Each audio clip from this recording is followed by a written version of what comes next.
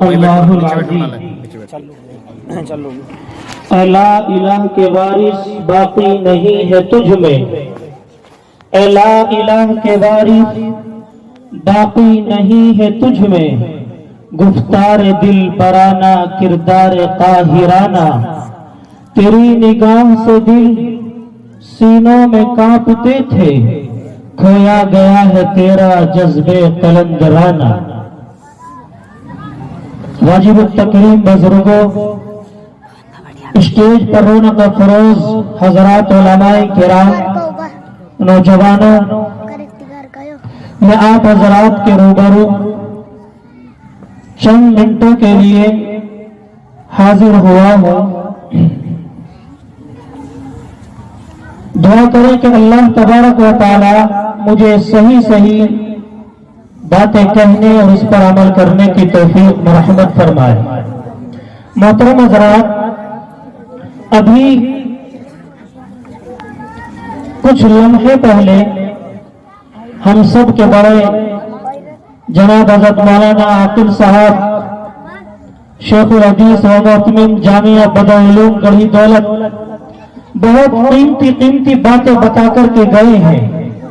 हजरत वाला ने बहुत सारी बातें बताई कि आज का नौजवान, आज का मुसलमान नशे की तरफ जा रहा है, उसके अलावा अमर बिल मारूफ नहीं अनिल मुनकर कर रहा है।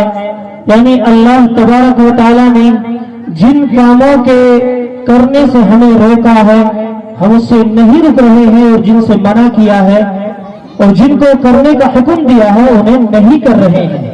उसमें एक बात यह भी थी कि आज का नौजवान, आज का मुसलमान अल्लाह के रसूल सल्लल्लाहु अलैहि वसल्लम की सुन्नतों पर अमल नहीं करता। जहां मुसलमानों की परेशानी में मुब्तला होने की बहुत सारी वजूहात हो सकती है, वहीं एक वजह मेरी समझ में यह भी आती है कि आज हमने आकाए नामदार अहमद मुज्तबा मोहम्मद मुस्तफा सरकार दो आलम सल्लल्लाहु अलैहि वसल्लम के उसवे और नमूने को अपनी जिंदगी से निकाल दिया है। आज हमारा कोई काम शरीयत के मुताबिक नहीं, नबी की तालीमात के मुताबिक नहीं, सहाबा के तौर तरीक के मुताबिक नहीं, अपनी मनमानी की जिंदगी गुजारना शुरू कर दी, तो आए दिन तरह तरह की परेशानी और आलाम का हमें सामना करना पड़ रहा है। हजरत मोहतरम, एक बात मेरे जहन में गर्दिश कर रही है कि लॉकडाउन का 1 साल का अरसा गुजरा और अभी भी तालीम पर कुछ पाबंदियां आयद हैं, लेकिन मदारिस इस्लामिया को बंद हुए तकरीबन पूरा 1 साल गुजर गया है। लेकिन 1 साल में मदारिस इस्लामिया को, उम्मत मुस्लिमा को और खास तौर से हमारे नौजवान तबके को और उससे भी नीचे हमारे छोटे छोटे मासूम से बच्चों का कितना नुकसान हुआ है, इसका कोई अंदाजा भी नहीं लगा सकता। मैं आपको बताऊं, हाँ, ये पाबंदी लगाई गई थी कि छोटे बच्चों की तालीम पर पाबंदी है, लेकिन आप हजरात को ये देखना चाहिए था कि चाहे कितनी पाबंदी होती, लेकिन हम आज अल्लाह का शुक्र है कि आज हर घर में, हर गली में, हर गांव में, हर शहर में, हर कस्बे में कोई ना कोई हाफिज मौजूद है, कोई ना कोई आलिम मौजूद है। लेकिन हमने उलमा की कदर करना छोड़ दी। इन उस्ताद को, इन उलमा को हम बहुत गिरी हुई नजरों से देखते हैं कि हाँ, बहुत हाफिज हो रहे हैं, बहुत इमाम नजर आ रहे हैं, बहुत मदरसे के मुअत्तमिन चंदा मांगने के लिए फिरते रहते हैं, लोग इनसे जान बचाते हैं। और याद करो वो दिन जब हिंदुस्तान की जंग आजादी का दौर चल रहा था और जब किसी का इंतकाल हो जाता था, लोग पूरे इलाके में ढूंढते थे, कोई किसी की नमाज जनाजा पढ़ाने के लिए हाफिज नहीं मिलता था, कोई कारी नजर नहीं आता था। एक अंग्रेज मुअर्रिख अपनी मुस्लिम मुजाहिदीन की किताब, उसने किताब लिखी है मुस्लिम मुजाहिदीन, वो लिखता है एक आंकड़े के मुताबिक तकरीबन 5 लाख मुसलमानों को फांसी के फंदे पर चढ़ा दिया गया था। लेकिन वो दौर आज अल्हम्दुलिल्लाह अल्लाह का शुक्र है, हर घर में हाफिज मौजूद है, हर गांव में कोई न कोई मकतब میں مدرسہ اور کسی نہ کسی ایک ضلع میں بہت بڑا ادارہ اور جامعہ موجود ہے، لیکن ہے افسوس مسلمانوں، ہم نے ان علماء کی قدر کیوں نہ کی؟ ہم نے ان علماء سے رابطہ کیوں نہ قائم رکھا؟ ہم نے ان استاد سے فائدہ کیوں نہ اٹھایا؟ ہم نے ان قراء سے فائدہ کیوں نہ اٹھایا؟ ہم نے اپنے چھوٹے چھوٹے معصوم سے بچوں کو کہ جن پر پابندی عائد ہے، وہ بچے الف اور با اور تا پڑھتے تھے، جنہیں ہم اپنے مدرسے میں بھیجتے تھے، لیکن وہ گھر میں بھی پڑھ سکتے ہیں، وہ مسجد میں بھی پڑھ سکتے ہیں، وہ باہر جنگل میں بھی پڑھ سکتے ہیں، وہ کہیں چوراہے پر بھی پڑھ سکتے ہیں، لیکن افسوس مسلمانوں کی سوچ پر اگر کوئی مدرسے والا 100 روپے کی رسید کاٹنے کے لیے آ جائے تو اسے دیکھ کر کے بھاگ جاتا ہے۔ ایک صاحب بتا رہے تھے پورے سال کا میرے بچے کا خرچہ، اور اس بچے کی عمر 8 سال ہے، 50,000 روپے میں اس بچے کی تعلیم پر خرچ کر چکا ہوں، لیکن کون سی تعلیم؟ وہ دنیاوی تعلیم کہ جس کا ایک ظاہری طور پر اور عارضی طور پر اس دنیا میں کوئی نہ کوئی فائدہ ہو سکتا ہے، آخرت میں اس کا کوئی فائدہ نہیں ہو سکتا۔ لیکن ہاں یہ بات بھی ذہن میں رکھنی چاہیے، کوئی بھی حافظ، کوئی بھی عالم، کوئی بھی مدرسے کا معلم یہ نہیں کہتا کہ تم اپنے بچوں کو دنیاوی تعلیم حاصل نہ کراؤ، وقت کی ضرورت ہے، لیکن سب سے پہلے وہ چھوٹے چھوٹے معصوم سے بچے کہ جن کا ذہن بہت صاف ہوتا ہے، سب سے پہلے انہیں ان مدارس میں بھیجو، ان مکاتب میں بھیجو، ان مساجد میں بھیجو، اور انہیں اللہ اور اس کے رسول کی تعلیمات پر عمل کرانے کی کوشش کراؤ۔ حضرت مولانا مفتی تقی عثمانی صاحب لکھتے ہیں کہ ایک مرتبہ چین جانا ہوا، وہاں جا کر کے دیکھا کہ وہاں کی حکومت، اور آج بھی اگر پوری دنیا میں کہیں بھی مسلمانوں پر ظلم ہو رہا ہے، وہ چاہے 2013 کا دنگا مظفر نگر کا ہو، وہ چاہے 2017 کا دنگا یعنی مار کاٹ برما کی ہو، جہاں مسلمانوں کو مارا جا رہا تھا، کاٹا جا رہا تھا، مسلمانوں کے خون سے ہولی کھیلی جا رہی تھی، لیکن یاد رکھنا آج بھی اگر پوری دنیا میں کہیں بھی مسلمان پر ظلم ہو رہا ہے تو وہ چین میں ہے۔ وہاں کی حکومت کبھی مساجد کو بیت الخلا میں تبدیل کر دیتی ہے، اور کہیں جو ہے مساجد پر پابندیاں لگائی جاتی ہیں۔ مفتی تقی عثمانی صاحب بیان فرماتے ہیں ہمارا جانا ہوا ایک مسجد میں، وہاں چھوٹے چھوٹے معصوم سے بچے بیٹھے ہوئے تھے، اور اس وقت میں مفتی تقی عثمانی صاحب کہتے ہیں کہ وہاں جو بچے بیٹھے ہوئے تھے وہاں کے علماء نے سب کے سروں پر پگڑیاں باندھ رکھی تھی۔ پھر مفتی تقی عثمانی صاحب پوچھتے ہیں کہ بھائی تم نے ان تمام چھوٹے چھوٹے معصوم سے بچے جو ہیں ابھی ان کی عمریں تقریباً کسی کی 10 سال ہے، کسی کی 12 سال ہے، سب کے سروں پر یہ پگڑیاں کیوں ہیں؟ سب کے سروں پر یہ عمامہ کیوں ہے؟ کوئی نہیں بولتا۔ اس کے بعد مفتی صاحب جب الگ ایک کمرے میں گئے، ایک صاحب نے کہا کہ حضرت یہاں کی حکومت کی طرف سے پابندی ہے کہ ہم 16 سال سے نیچے کی عمر کے جو بچے ہیں ہم انہیں مذہبی تعلیم نہیں دے سکتے، اور ہم نے ان بچوں کے سروں پر اس لیے پگڑیاں باندھ رکھی ہیں تاکہ یہ بچے بڑی عمر والے نظر آئیں۔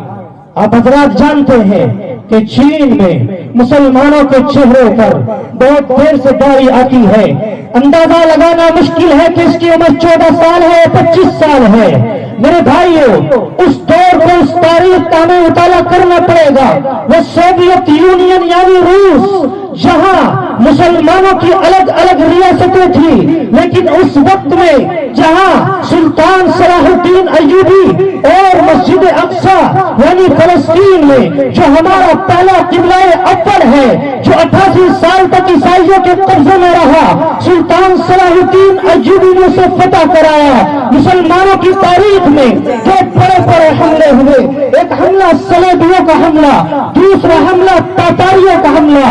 وہ صلیبیوں کا حملہ کہ جن کا مقصد یہ نہیں تھا کہ صرف مسجد اقصی کو اپنے قبضے میں کر لیا جائے، بلکہ ان کا اصل مقصد یہ بھی تھا حرمین شریفین کو اپنے قبضے میں کر لیا جائے۔ اگر اس وقت اللہ تبارک و تعالی سلطان صلاح الدین ایوبی کی شکل میں اسے کھڑا نہ کرتے تو شاید مسلمانوں کا عالم اسلام سے وجود ختم ہو گیا ہوتا، لیکن سلطان صلاح الدین ایوبی نے وہ ضرب لگائی صلیبیوں کے اوپر کہ دو हिम्मत न हुई कि वो आलम इस्लाम के ऊपर आंख उठा करके देख लेते।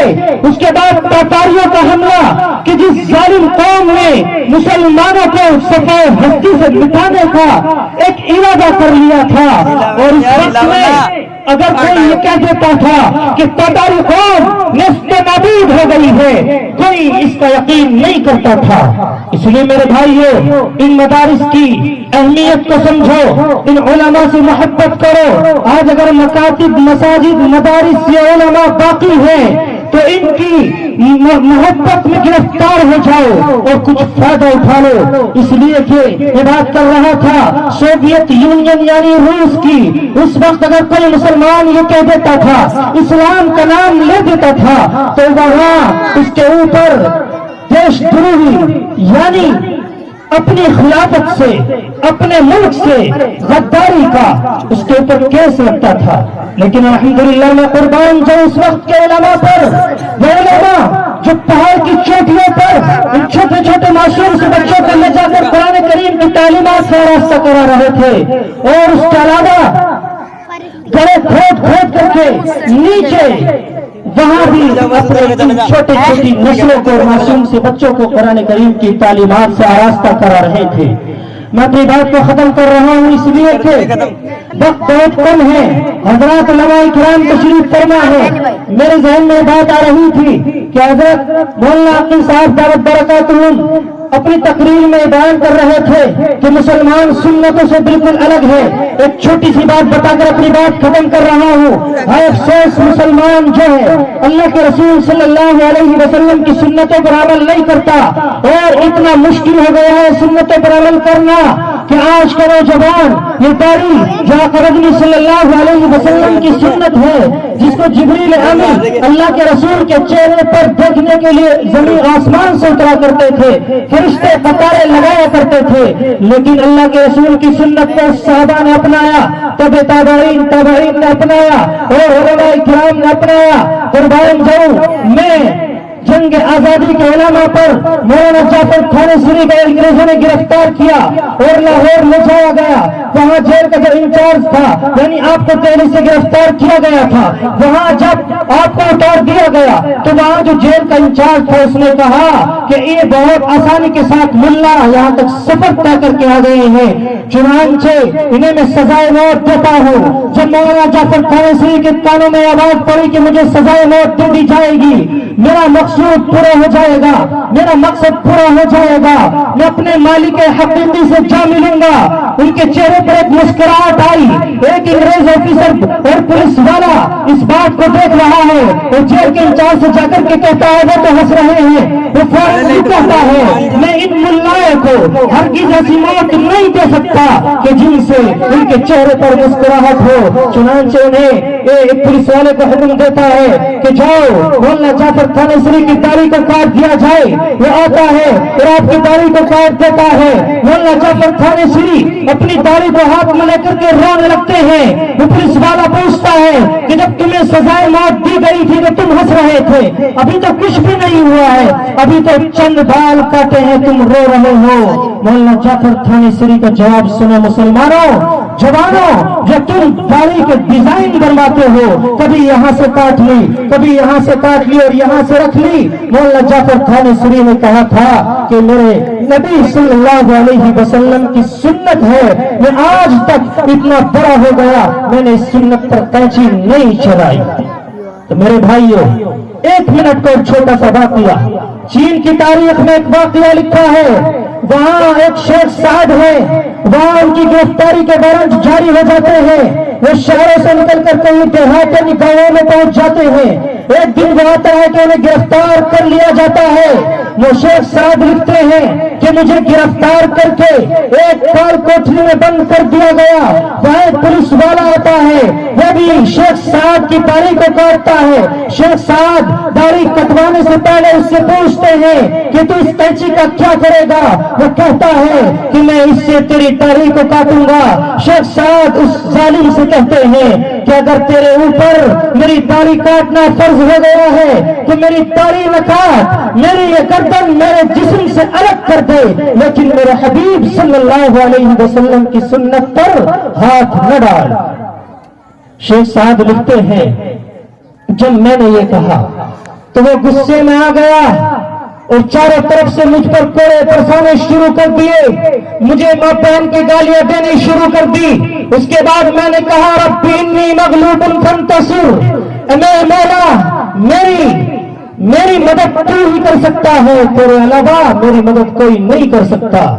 शेख साद कहते हैं, जब मैंने ये कहा तो उन्होंने मुझे आग के जलते हुए अलाव में डाल दिया, जिसकी वजह से शेख साद का निस्फ हिस्सा यानी आधा हिस्सा जल करके खाकिस्तर हो गया।